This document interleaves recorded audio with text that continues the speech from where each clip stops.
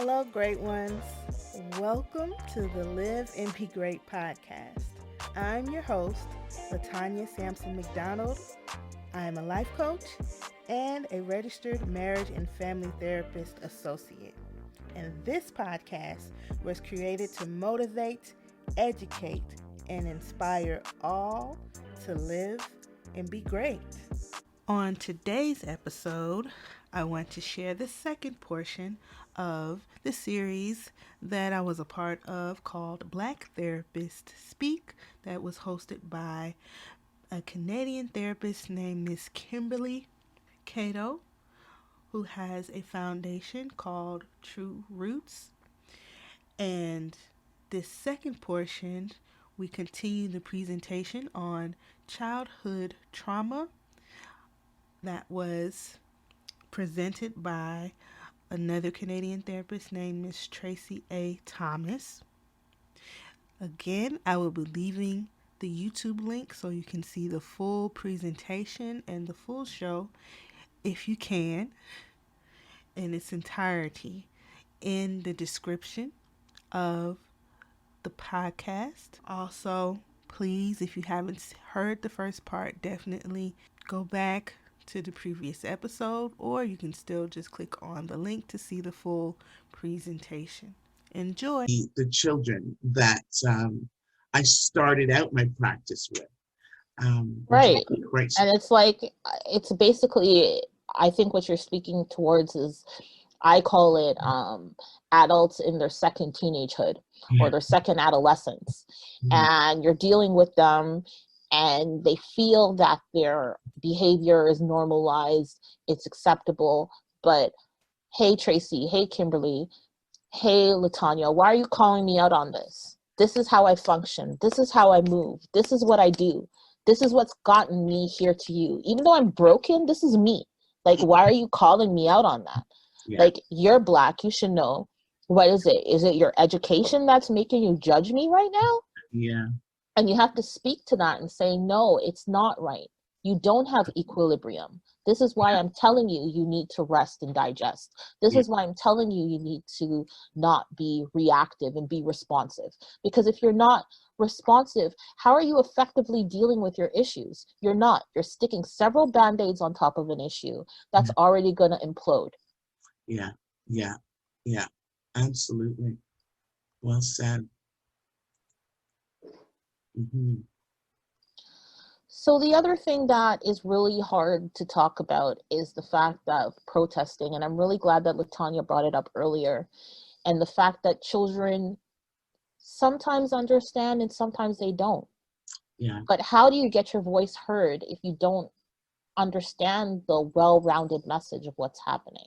Yeah. What are some of your thoughts, Latanya, on what we've talked about so far, and the fact that you've seen and been a part of some of the protests and been around the culture? We have it here in Canadian society, but not to the magnitude that it is in the American fiber right now. So how would you speak to that? I speak to it as,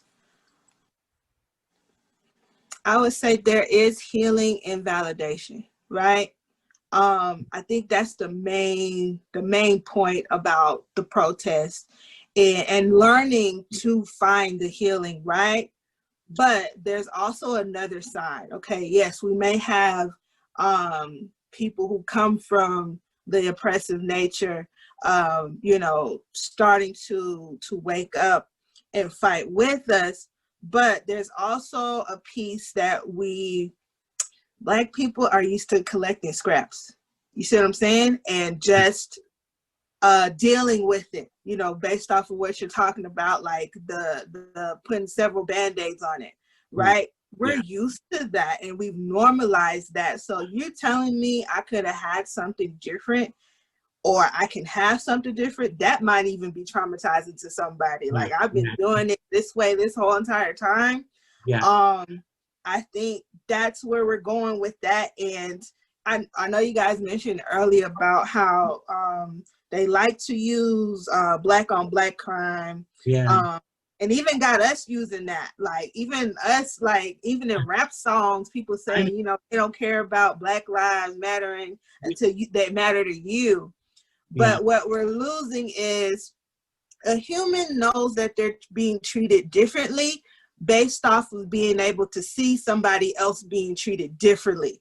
So that's where to dig. That's how we notice racism and discrimination, is because we see that you're capable of giving somebody else that doesn't have the look that I have, or the education or the class that I have, better than you treat me. Yet you want us to continue to be silent about it, right? Also, when looking at your PowerPoint, Tracy, and we're talking about the childhood, I want people to understand that just because we're talking about the childhood doesn't mean that we're discrediting that you're an adult now. No, we want that inner child of you to be heard and to be understood, and for you to connect it back. Take your, you know, you're adult, you're a parent, take that out of the equation and really look at all the stuff that you had to suppress, that you had to ignore, that you had to push through, that you never got healed. Right? And I always think about the fact that our children are a manifestation of our unresolved issues. We're not just talking about the child you have, but you, even as a parent, you as an adult, you're a manifestation of your parents' unresolved issues. Right? So it's okay to have some healing. But the protests, they're a cry, but it's and the looting, I think that was like a big that caused a divide between like kind of Black people saying, okay, at least I ain't doing that, right? Or I'm okay with the peaceful protest.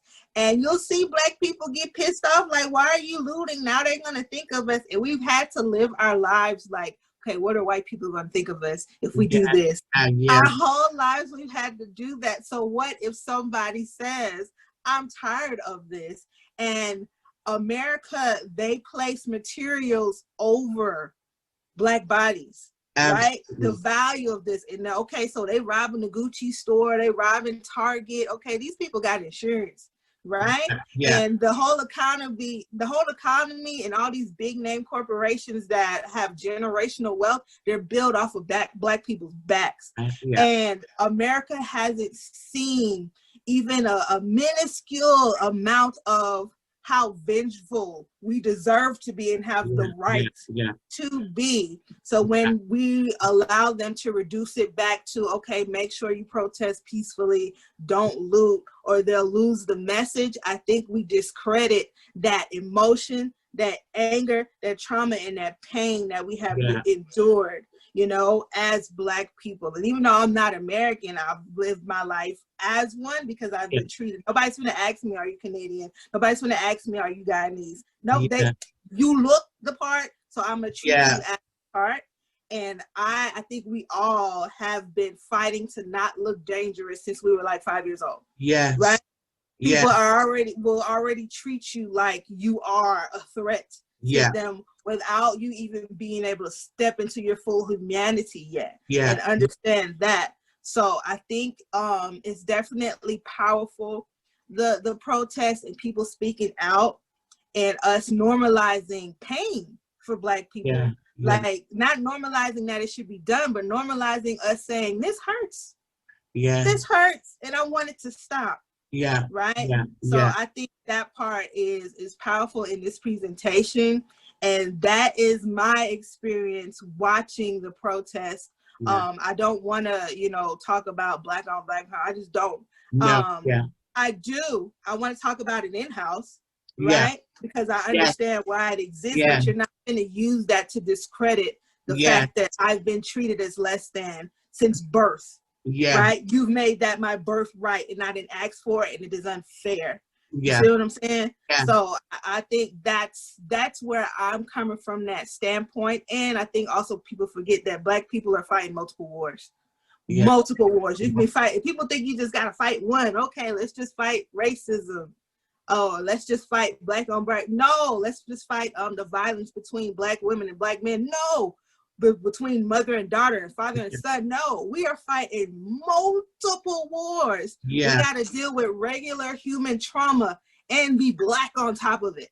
Yeah. Right. Yeah. So that is my take on my experience here and watching the protests and how I'm viewing it and how I'm starting to gear my approach when I have my clients and when I have these conversations with us.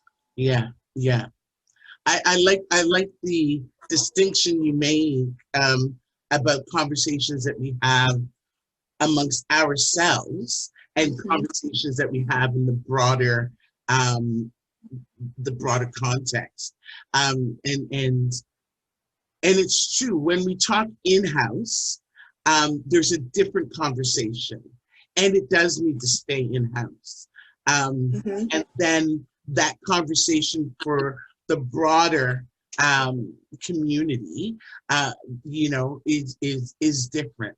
We have issues that we need to address in and amongst ourselves, and which is part of the reason why I, in addition to doing Black Therapists Speak, but I needed to have a forum for us to have those conversations just amongst us, so that we can understand where we're coming from, and then have that broader conversation from a unified voice.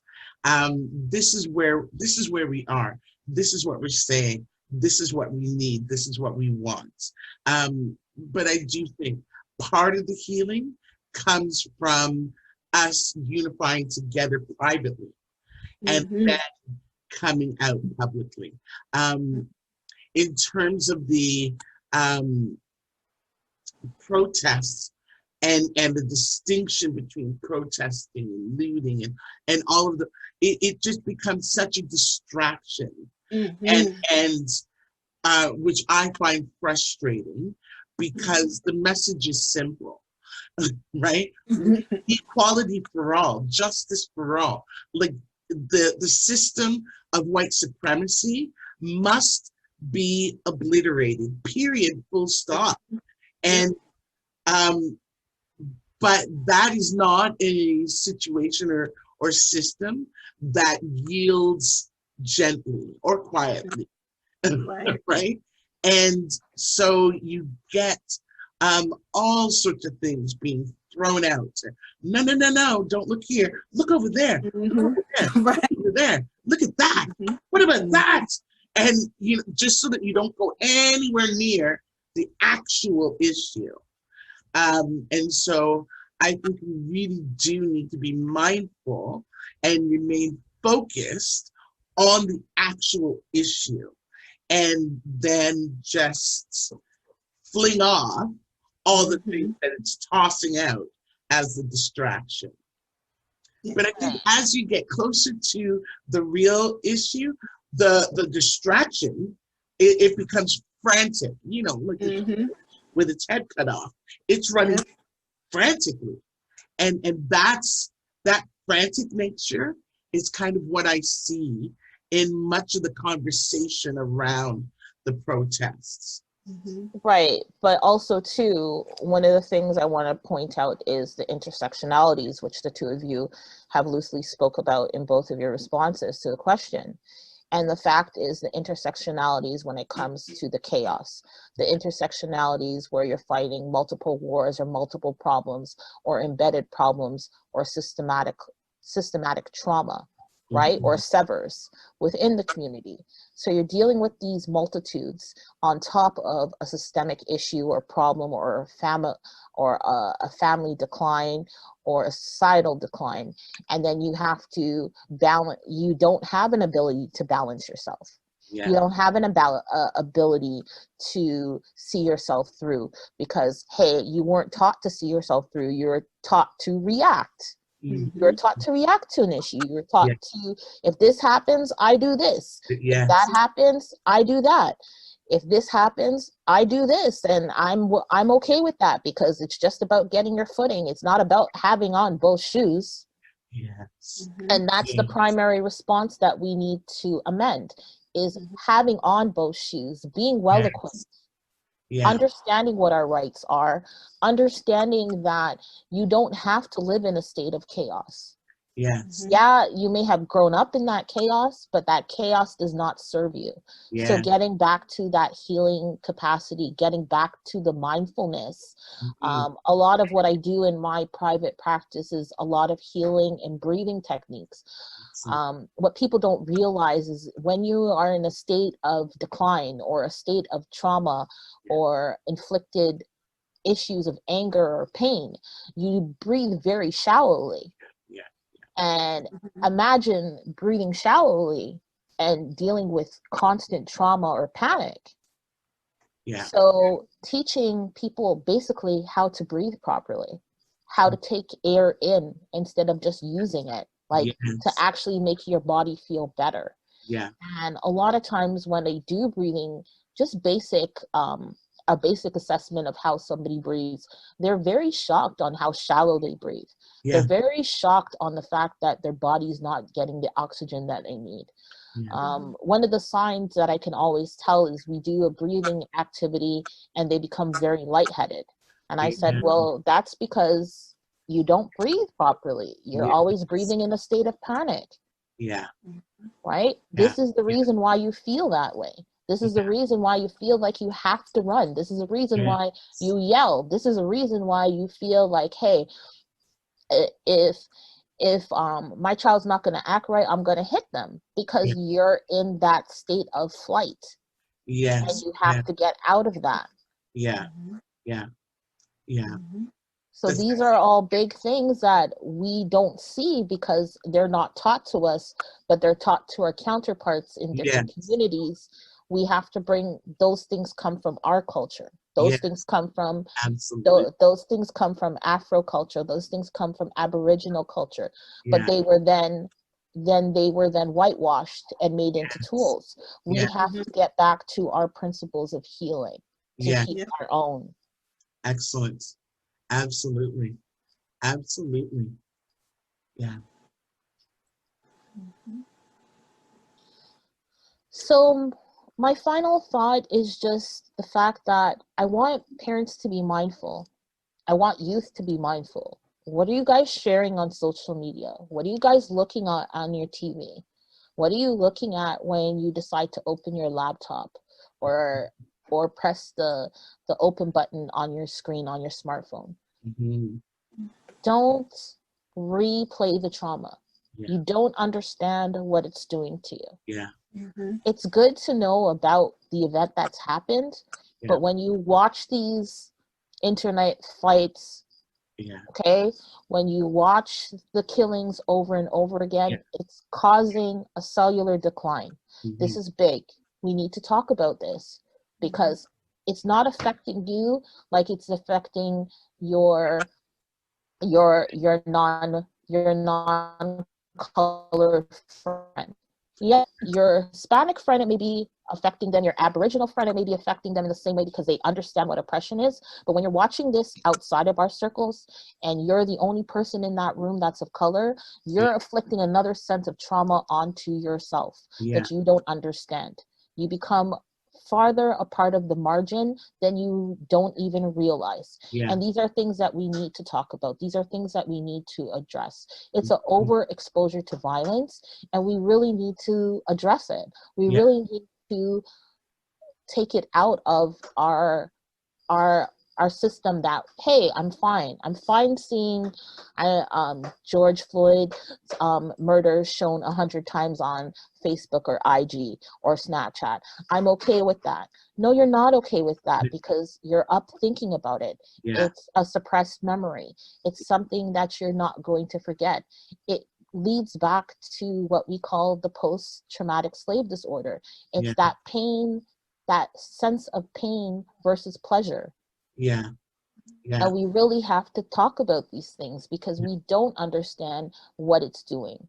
You think it's just you watching this video or you watching with a group of friends, but that memory stays with you. It stays in your cells, and then you pass it on to your children, just like Latoya said.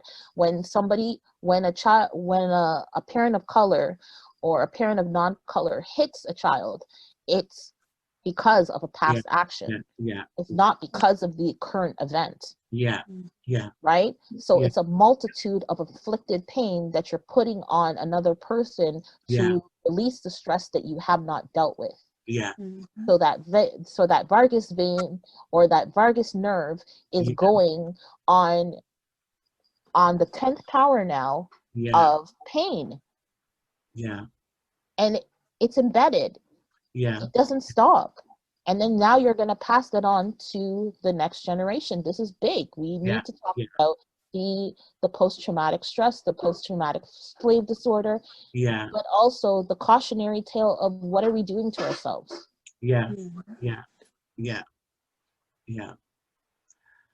I've routinely been my company, True Roots Counseling Services, is we focused and become trauma informed and trauma specific. About years ago, I made that transition. Really because, in the work that I'd been doing, I started True Roots back in the mid 90s and always knew that there was like a continuum thread. And it really is trauma. Whether you're talking about abuse or addiction or abandonment or any of the myriad of things that I dealt with children, with youth, with adults, with seniors, it all comes down to the same pot of trauma. And vicarious trauma in particular is what, having had all these years and understanding what the long-standing impact of exposure will do to an individual, I adamantly abstained from watching any of the videos. I've never watched the George Floyd video. I've engaged in conversation and understand what was seen, but to open my own eyes and my own spirit to that vision, I knew wouldn't serve me well. And so I adamant, and every videoed murder since and before, I don't expose myself to the videos because I know the impact. I know the vicarious trauma. I know the cost of watching. And so, particularly as a therapist, and maybe this will sort of be our three-way into talking about self-care. As a therapist, I'm very cautious about the things I actually watch and listen to. Really because you can't unring a bell. You can't, push the toothpaste back into the tube. Once you're exposed, you're exposed. And because my primary job is to hold space and bear witness to people's trauma, I need to, in my own personal space, minimize the trauma I expose myself to. Otherwise, burnout is definite and it's imminent. And so that's one of the things that I do to care for myself, is watching quite closely the things that I take in. Do you guys have any strategies or tools that you utilize to care for yourself as a therapist? I'm going to come off shared screen. There we go. Well, with myself, like I said, I teach my clients, and I also use myself, the mindfulness techniques and the deep breathing. I've also now incorporated, because I'm seeing a lot of families and also seniors that have generational or decades of trauma. So I've applied tapping, which is a tool of releasing stress points within the body. Yeah. So doing the deep breathing and going to those areas that hurt where they've been saying, well, you know, I've had this pain for so long, Tracy, it's not gonna go nowhere. And you're just really trying to talk to them and say, let's try taking in the breathing, okay? Yeah. And when we're thinking about that breathing or focal point, how about we also imply a sense of touch or a sense of understanding to that? And going back to my days of child therapeutics, but then putting that healing capacity of the mindfulness into it, right?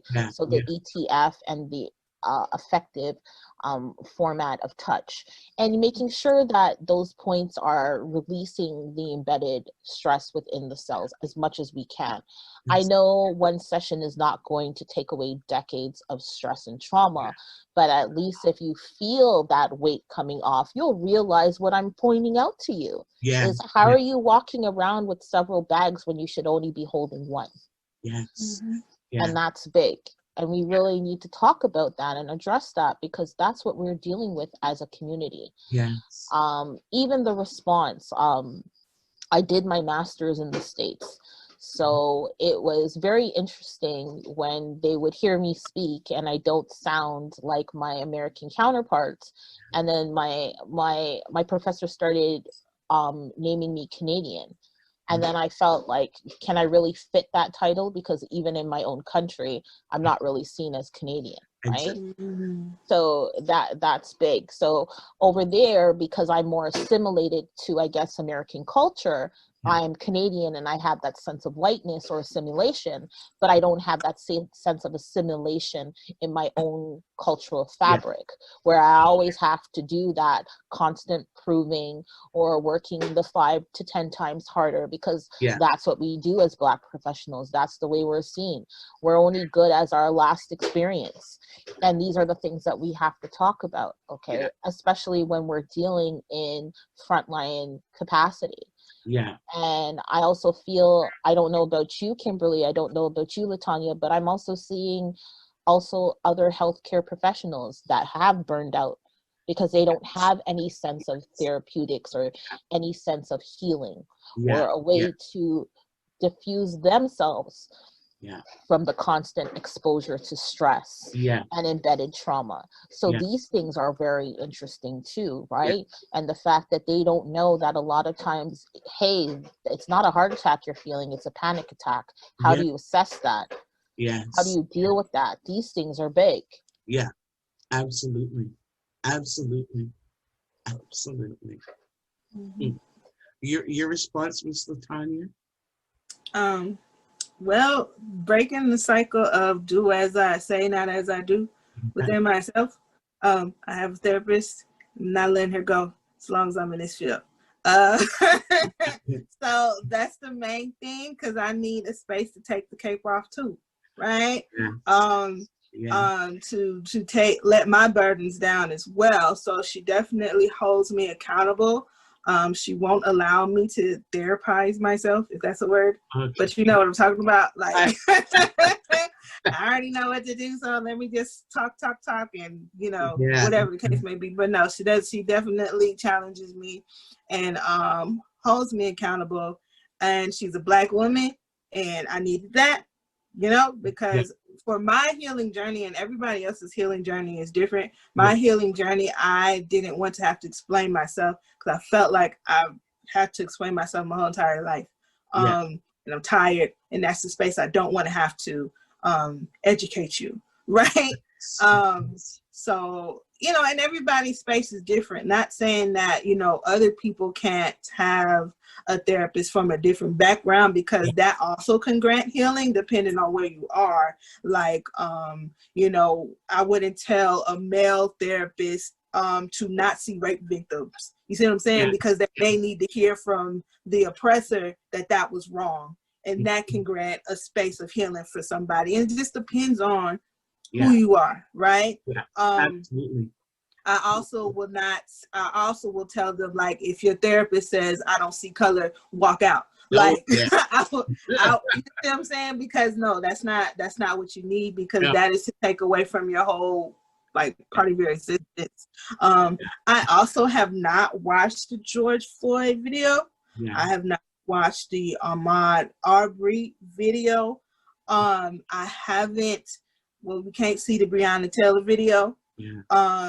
But yeah, I feel like there might be a numbness there that I feel like is a part of strategy. I don't want to be a conspiracy theorist, but from my own experience, I remember going to a PWI, private white institution, for my master's in counseling psychology.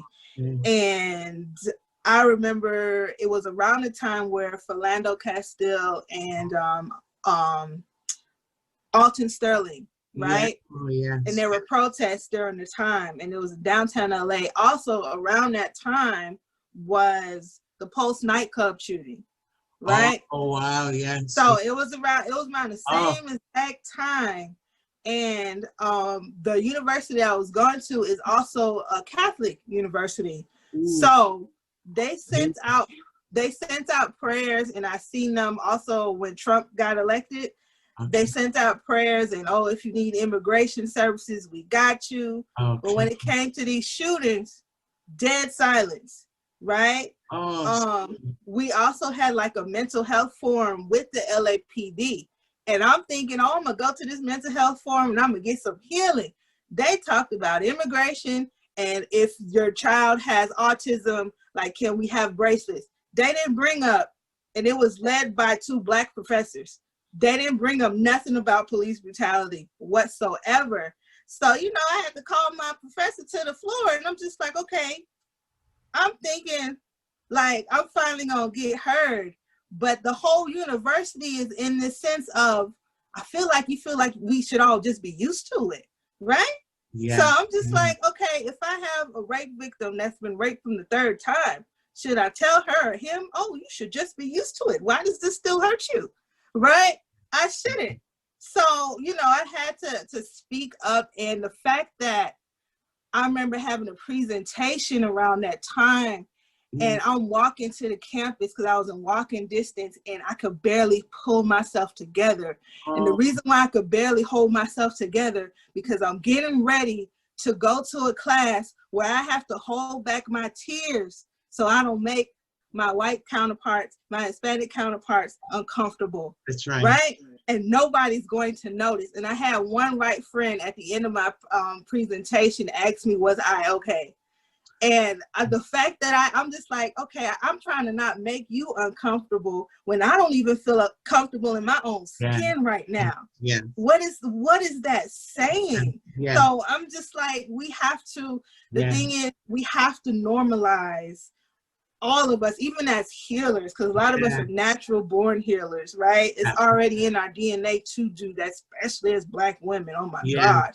Take care of everybody and don't take care of yourself. That's why we got, breast cancer, high blood pressure, all that, right? Because it has to go somewhere, like we've been saying this whole entire time.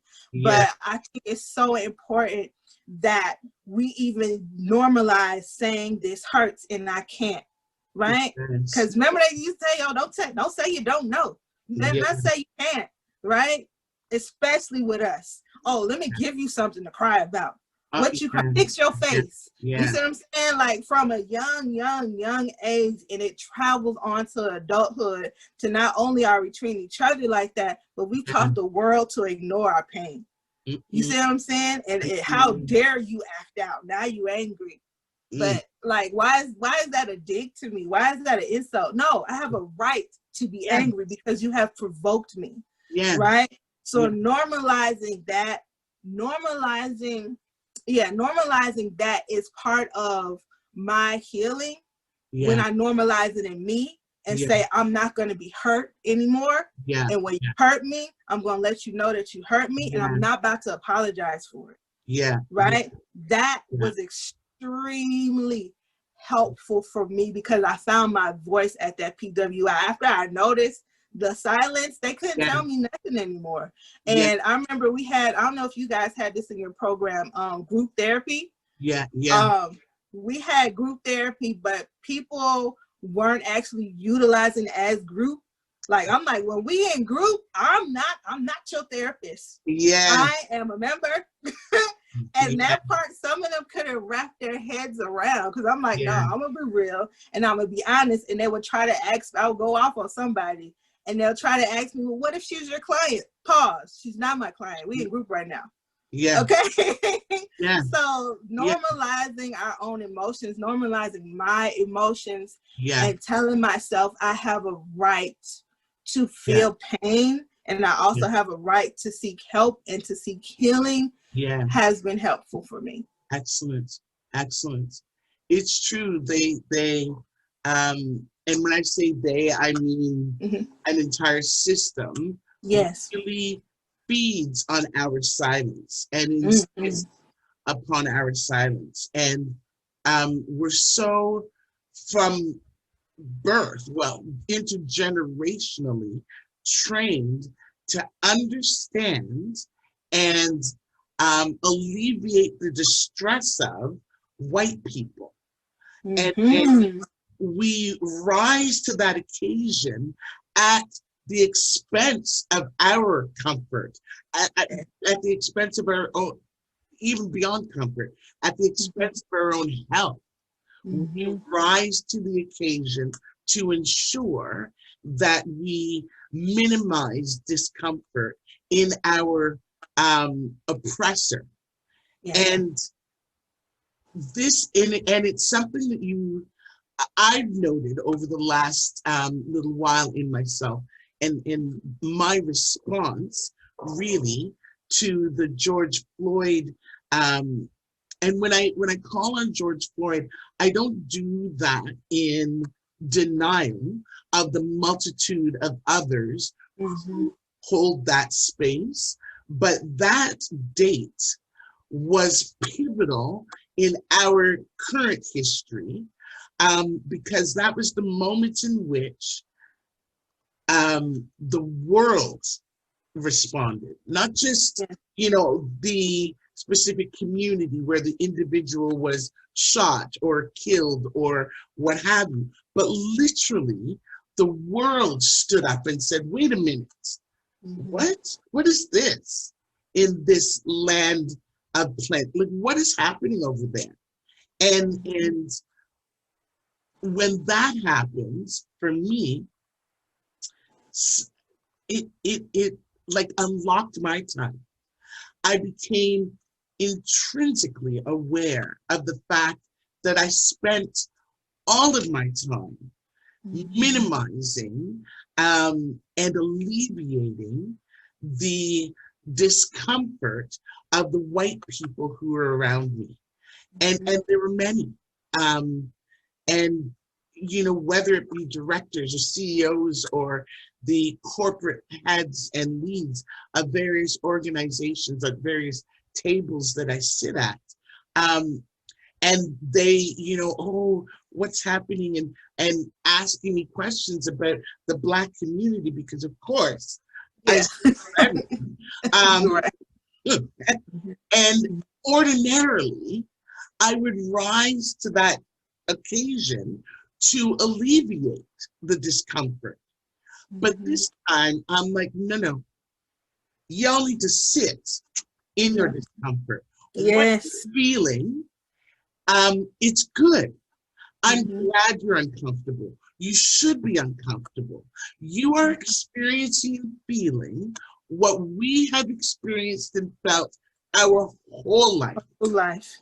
This outrage, and you're like, I can't believe this man would kneel on the, we've been saying that our whole lives. Our whole lives. That moment in which you become aware of an injustice is what we have been talking about forever. It's what you spent the last 4 years arguing about with Colin Kaepernick. This is that. So be uncomfortable. But the thing is that the thing that we're forgetting from the narrative is the the outcry or the pain would have never been heard unless it was based in a pandemic. And you have to understand what's going on, okay? So the only reason why I Can't Breathe was heard is because everybody now knows the feeling of what it is not to breathe properly. Yes. And that is big. Yeah. So let's put it back 2 decades before George Floyd and let's look at Rodney King. It's the same thing. It was a systemic oppression felt by all. Okay. And the fact that there were unequal rights for Hispanics and both Blacks, and they were living in those communities and they were not being heard. And then the ripple effects were felt in other demographics that felt the same oppression. And that's the thing. But now we're seeing a global oppression of people who have not been heard, people of color who want to be heard. But the cry was heard because it was common. It was felt by all. It held at somebody's heartstrings, and they felt the fact that, hey, I know what it is when I have on this mask. Imagine this man lying on the ground, the cold concrete, for 8 and subject minutes and not being able to breathe while this man glorified the fact that he had power over. These are the things that we need to talk about as a community. These are the things that we need to hold up and say, this is not right.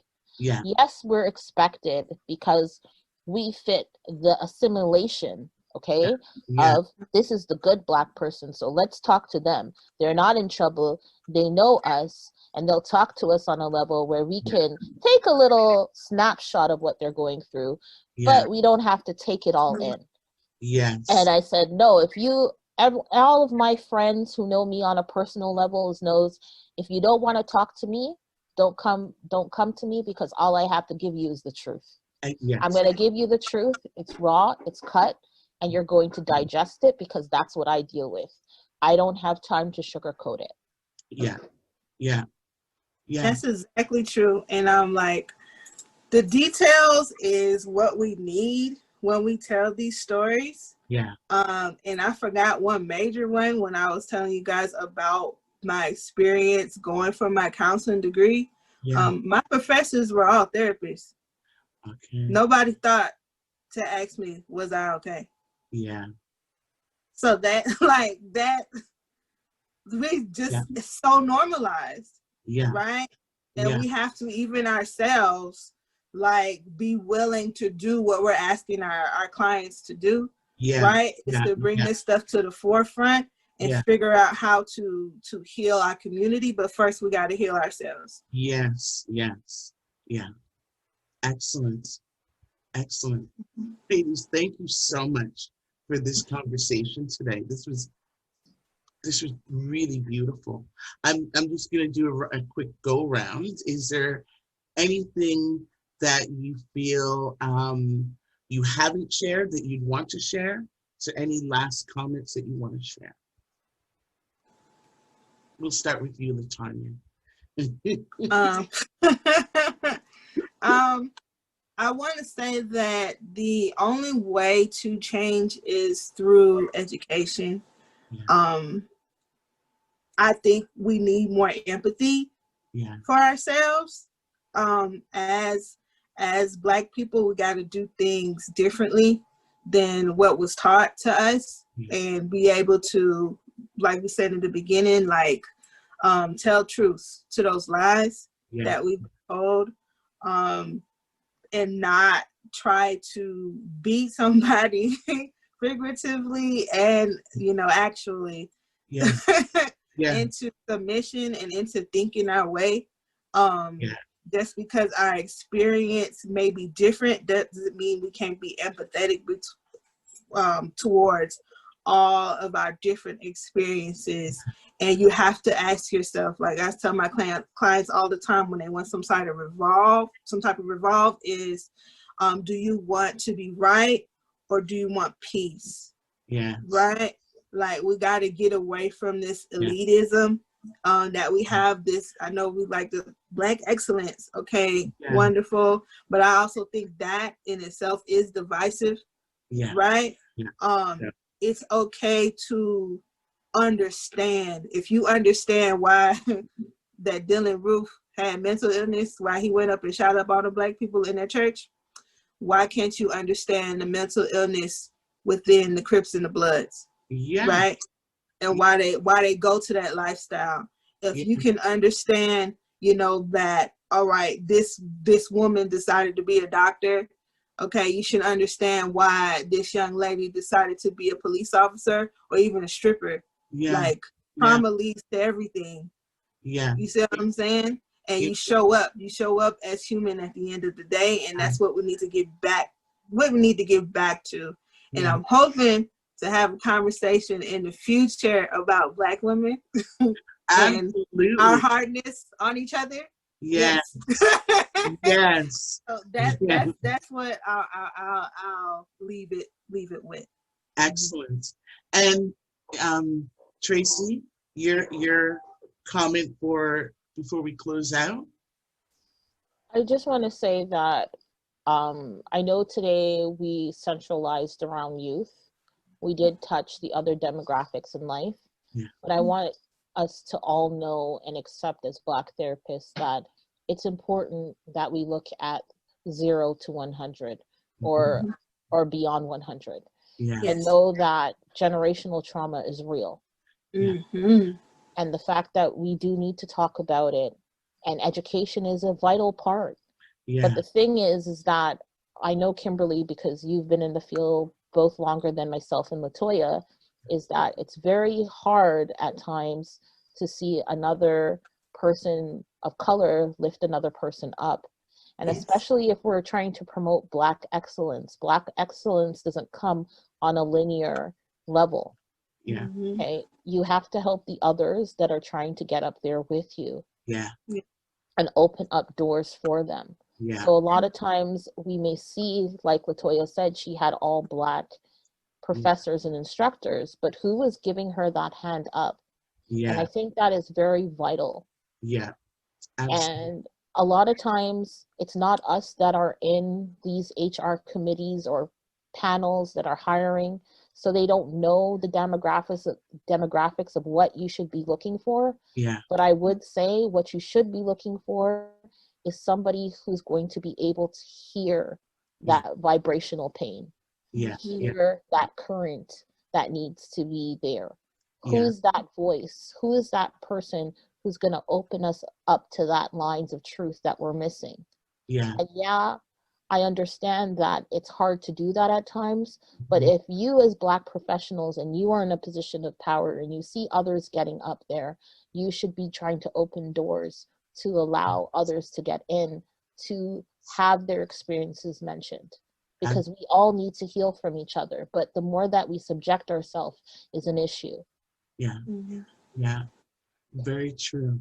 Very true. That's a big part of why Black Therapist Speaks. For me, I have been doing this for a very long time, and I find that I grow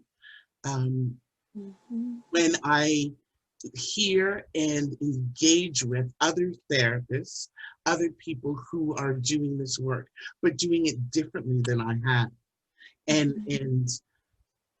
it enables me to.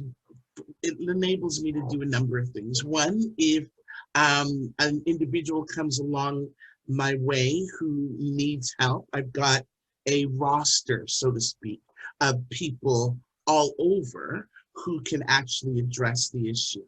And it also gives me a different lens than my own to look through, so that it enables me to identify issues in a way that I would not necessarily have identified them having not had the conversation with somebody who does something a little different than I do. And so I appreciate today, I appreciate the conversations that that we've had, because you've opened my thought and expanded my repertoire, for lack of a better word, of things that I can do with people who come before me. And I appreciate that. I appreciate both of you, and I thank you very much for being here today. A quick question though, in wrapping, where can people find you? And though you will say out loud here, I want everybody watching to know that all their details will be shared in the dialogue or the description box below the video. But if you could share where people can find you and how they can access you, that would be great. Let's go ahead, Tracy. We'll start with you. You can find me on LinkedIn. I'm an affiliate with Kim, so you may find me in the connections to that, but you can also look up Tracy A. Thomas and know that I am also a clinical family therapist as well as a clinical social worker.